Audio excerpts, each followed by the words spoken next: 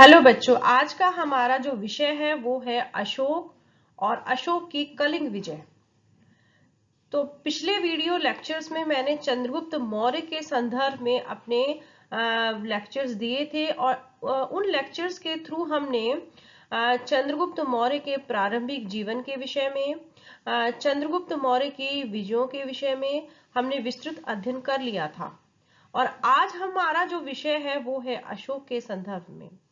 अशोक जिसकी गणना के भारत के या विश्व के महानतम सम्राटों में की जाती है। और अशोक के जो पिता थे वो चंद्रगुप्त मौर्य के जो पुत्र बिंदुसार थे। तो कहने का तात्पर्य है कि अशोक चंद्रगुप्त मौर्य का पुत्र था। अगर अशोक के प्रारंभिक जीवन के बारे में बात करें तो ऐसा कहा जाता है कि अशोक बिंदुसार का बहुत ही प्रिय पुत्र नहीं था और इसीलिए बिंदुसार अपने बड़े पुत्र सुसीम को अपना उत्तराधिकारी बनाना चाहता था। लेकिन जो उसकी मंत्री थे बिंदुसार के, वो अशोक के पक्ष में थे। तो इसीलिए जब चंद्रगुप्त मौर्य की या बिंदुसार की जब मृत्यु होती है और उसके पश्चात यद्यपि उसके मंत्रियों के द्वारा अशोक को उसका उत्तराधिकारी बना दिया गया था, लेकिन इसका उसके अन्य पुत्रों के द्वारा विरोध किया गया था। और ये जो विरोध है या ये उत्तराधिकारी जो संघर्ष है ये करीब 4 वर्ष तक चला और अंत में इसीलिए उसके राज्यारोहण की तिथि और राज्याभिषेक की जो तिथि है उसमें हम 4 वर्ष का अंतर हमें देखने को मिलता है। अगर हम बात करें कि अशोक का जो मुख्य रूप से जो संघर्ष था या उत्तराधिकारी संघर्ष था वो किसके साथ था, तो अशोक का संघर्ष था बिंदुसार के जो सबसे बड़ा पुत्र था सुमन या सुसीम के साथ।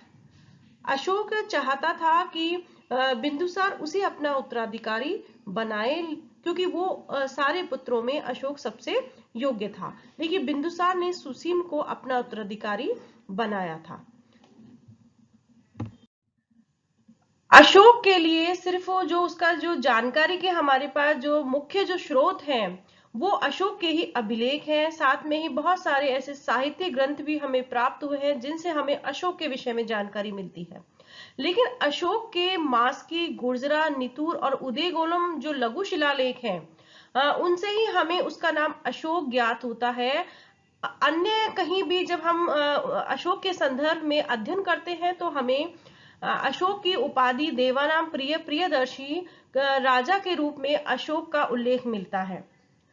कुछ अभिलेखों में अशोक को केवल देवानाम प्रिय लिखा गया है, जबकि जो बैराट अभिलेख है उसमें उसको सिर्फ प्रियदर्शी राजा कहा गया है। बौद्ध ग्रंथों में अशोक को प्रियदर्शन, जबकि पुराणों में कहीं कहीं पर अशोक के लिए अशोक वर्धन शब्द का प्रयोग मिलता है।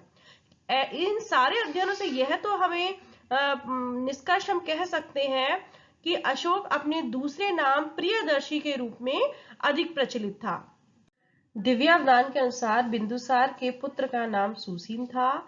बाद में उसने चंपा की एक ब्राह्मणी जो पत्नी थी उसकी शुभद्रांगी, उससे उसको 2 पुत्र प्राप्त हुए और जिनका नाम अशोक और विगतशोक था। जो बौद्ध ग्रंथ है दीपवंश और महावंश, उससे ज्ञात होता है कि बिंदुसार की 16 पत्नियां थी जिससे उसको 101 पुत्र की प्राप्ति हुई।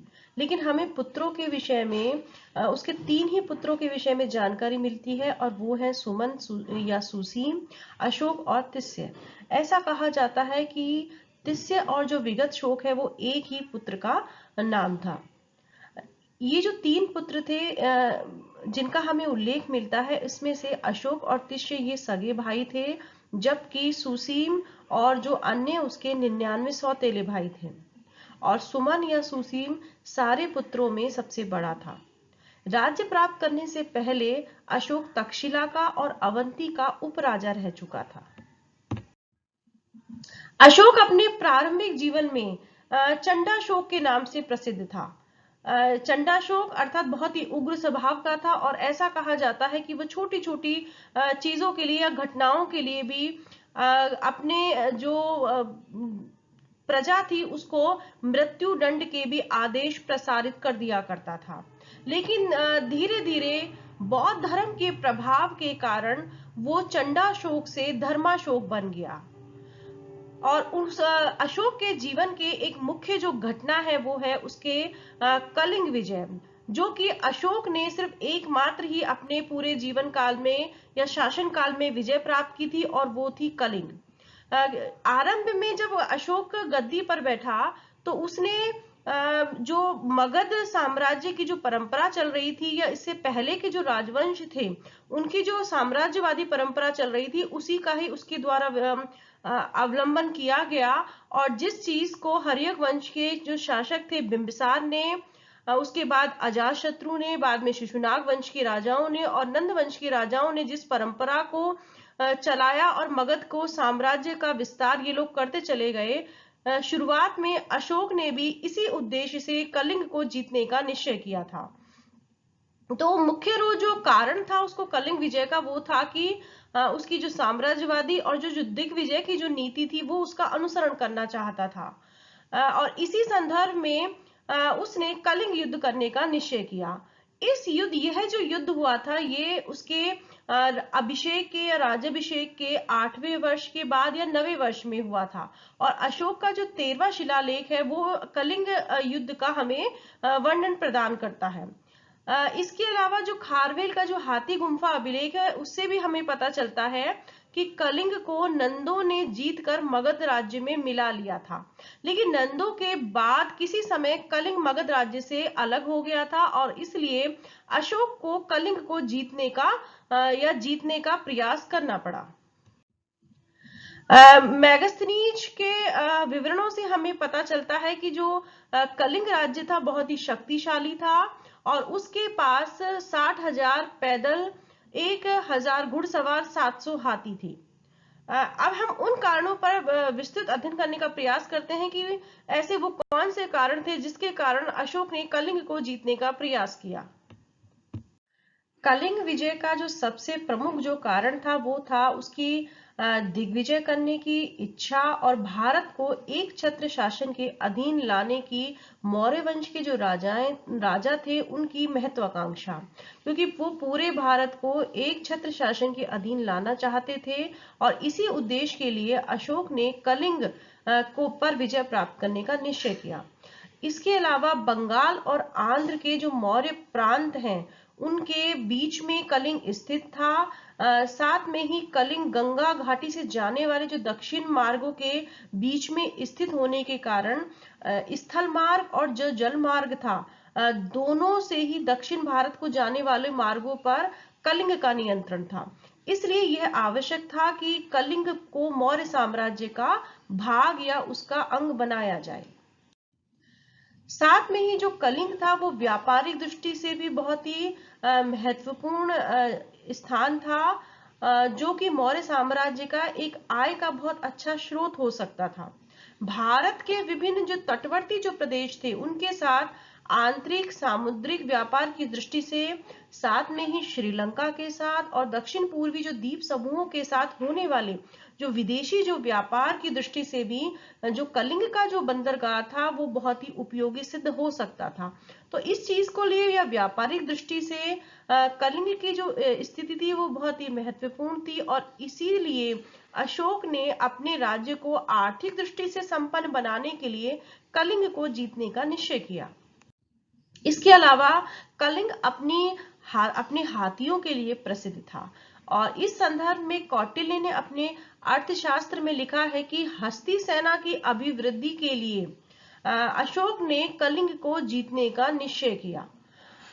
अशोक और कलिंग की जो सेनाएं हैं उनके बीच में ऐसा कहा जाता है कि बहुत ही भीषण युद्ध हुआ। यद्यपि इस युद्ध के विषय में हमें बहुत ज्यादा उल्लेख या जानकारी प्राप्त नहीं होती है, लेकिन इसमें जो नरसंहार हुआ या जो रक्तपात हुआ उसके संदर्भ में इतना ही हमें उल्लेख मिलता है कि इसमें करीबन 1 लाख लोग मारे गए थे और 1.5 लाख के लोग आहत हुए थे।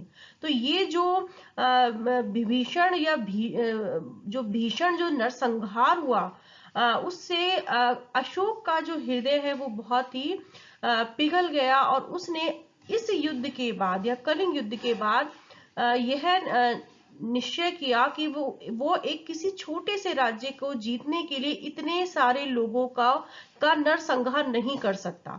तो ये उसके जीवन की एक बहुत ही ऐसी घटना सिद्ध हुई जिसने उसके अशोक के जीवन को परिवर्तित कर दिया।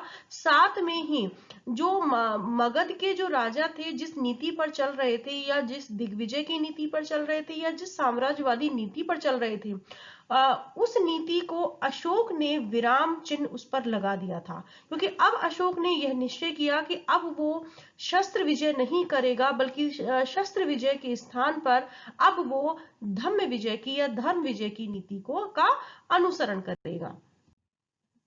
तो अशोक का जो 13वां शिलालेख है, उसमें हमें उल्लेख मिलता है कि राज्याभिषेक के 8वें वर्ष में कलिंग युद्ध में जो व्यापक जो हिंसा हुई, उससे अशोक का हृदय बहुत ही उसका हृदय बहुत ज्यादा दुखी हुआ या उसको बहुत ज्यादा परेशानी हुई, और उसने यह निश्चय किया कि अब वो शस्त्र विजय की नीति को त्याग कर धर्म विजय की नीति अपनाएगा।